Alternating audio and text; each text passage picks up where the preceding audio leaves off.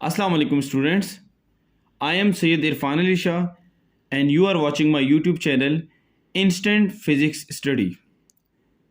आज हम unit number 3 dynamics के पेज नंबर 67 एंड 68 पर मौजूद एक इम्पोर्टेंट टॉपिक को डिस्कस करने वाले हैं, that is force and the momentum. Students, according to SLO student learning outcome पे इससे डिफरेंट क्वेश्चन बन सकते हैं. जो सबसे सिंपलेस्ट क्वेश्चन है that is write the relationship between force and momentum.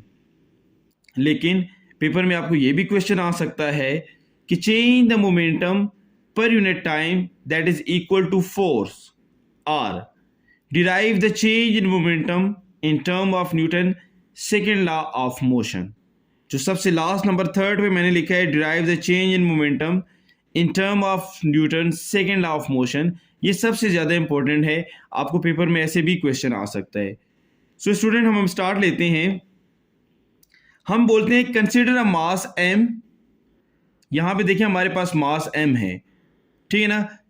It move with initial velocity vi due to force acting f on it. Again देखें, m1 moving with velocity vi due to acting of force f. After some time, its velocity goes to final, that is Vf, and it produce acceleration a. So देखें, यहां से हमने start लिया. अब हम देखें इसको लिखते कैसे हैं कि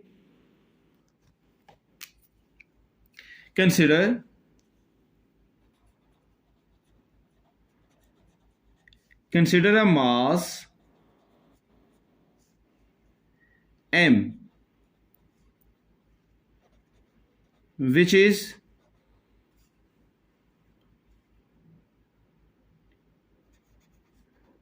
moving with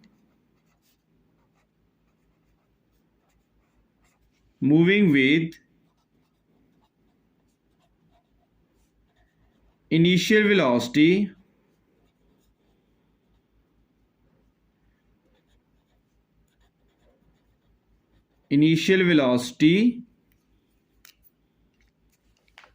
vi, ठीक है, इनिशियल वेलोसिटी vi. यहां पे देखिए मैंने लिखा है consider mass m which is moving with initial velocity vi, ठीक है ना. यहां पे हमने पहले इसको यहां पे इस तरह लिख दिया है. ओके ना. अब हम कहते हैं after time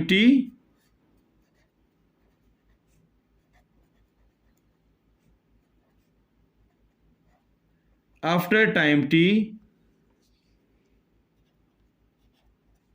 its velocity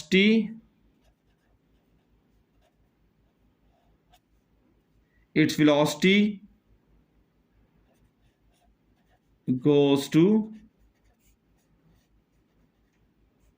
final velocity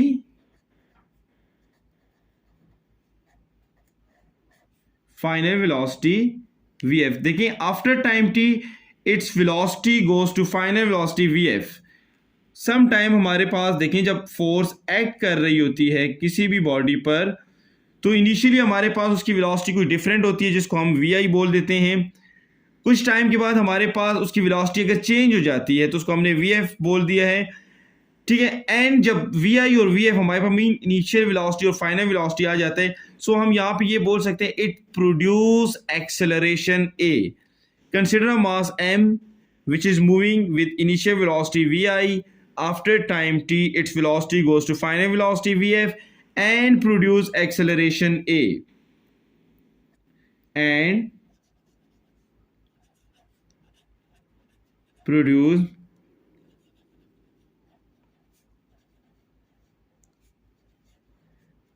acceleration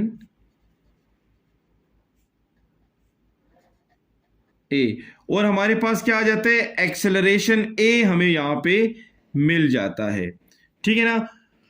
okay students, जब हमें एक्सेलरेशन मिल जाएगा आफ्टर दैट अब आपने क्या लिखना है सबसे पहले यहां पे कि देखिए हमारे पास इनिशियल मोमेंटम क्या होगा. तो देखिए मैंने यहां पे हेडिंग दे देनी है कि initial momentum of m1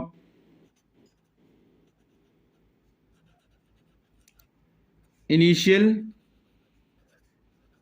momentum of M that is equal to P I. ठीक है ना, देखिए हमारे पास इनिशियल मोमेंटम हमारे पास जो होगा उसको हमने पी आई से, मोमेंटम को आप पी से लिखते हैं, सो इनिशियल मोमेंटम है तो हमने पी आई लिख दिया and that is equal to M we I. Student मैं यहां पे साइड पे आप लोगों के लिए एक चीज लिख रहा हूं, उसको समझ लें। मोमेंटम हमारे पास P से डिनोट किया जाता है and that is equal to product of mass into velocity के इक्वल होता है, product of mass into velocity. So initially momentum हमारे पास एम वी आई की इक्वल हो जाएगा। Now final momentum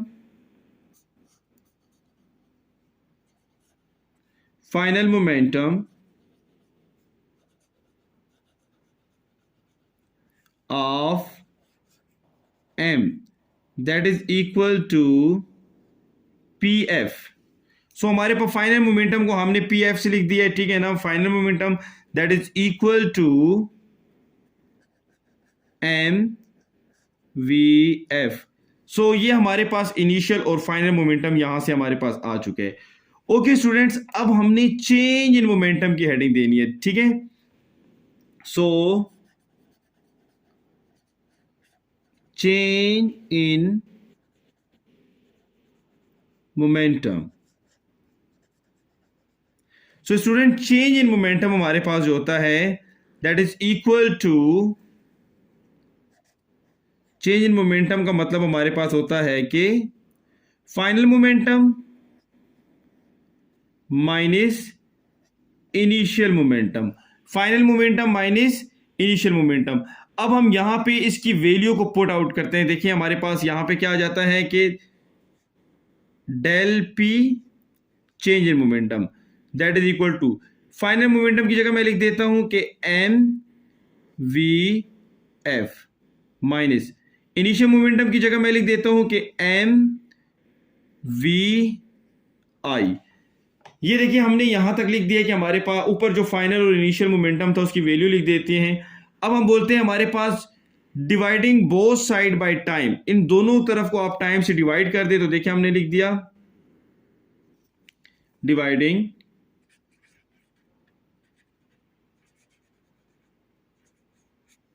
dividing both side bye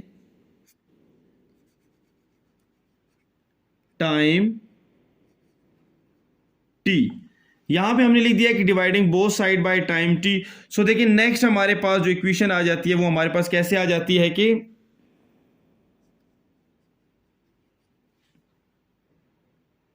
okay now अब देखिए मैंने यहां पे लिख दिया है कि del p is equal to M V F minus m we I divided by t and divided by T.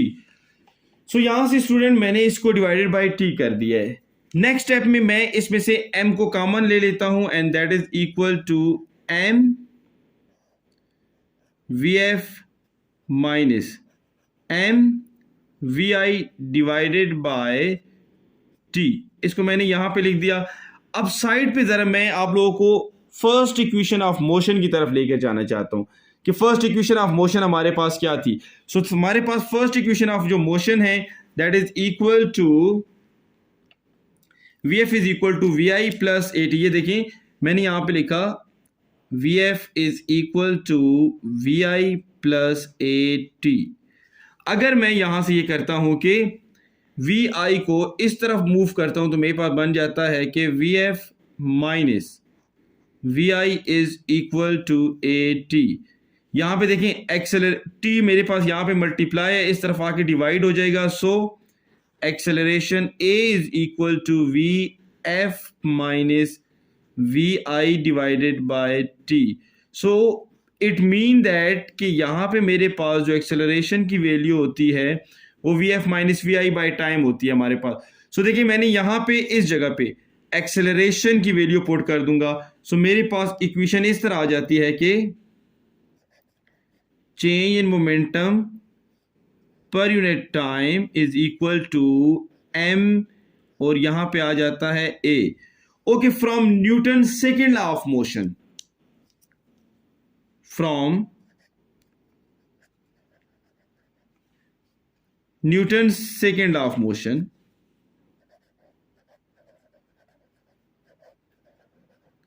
Newton's second law of motion